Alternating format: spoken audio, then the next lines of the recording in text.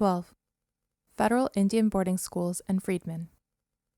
The department also recognizes the inclusion of select non-Indians in the federal Indian boarding school system, given the established association of certain freedmen with the 5 civilized tribes, or because schools accepted both Indians and non-Indians, including because of federal legislation.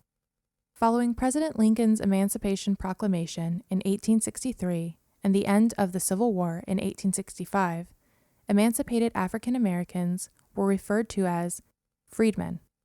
From 1865 to 1872, the Federal Bureau of Refugees, Freedmen, and Abandoned Lands, commonly referred to as the Freedmen's Bureau, supervised all relief and educational activities relating to freedmen, including issuing rations, clothing, and medicine. The Freedmen's Bureau recruited teachers and worked with non-federal entities to establish schools and develop educational opportunities for the freedmen. Some people from the 5 civilized tribes, including the Cherokee Nation, Chickasaw Nation, Choctaw Nation, Muskogee Creek Nation, and Seminole Nation, had enslaved people before the United States forced the removal of the tribes to the Indian Territory in present-day Oklahoma. The 5 civilized tribes continued to hold enslaved people in the Indian Territory until 1866, when they executed treaties with the United States that required the tribes to free their enslaved people. The Freedmen's Bureau operated in the Indian Territory until just after the treaties were executed in 1866.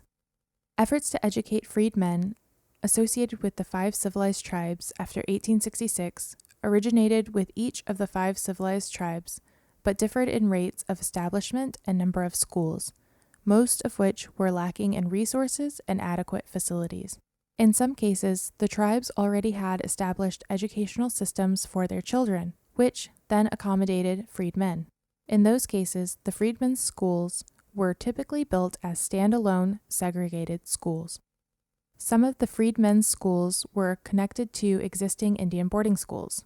For example, the Creek Nation opened the Tallahassee School in 1850 for Indian children as a boarding school.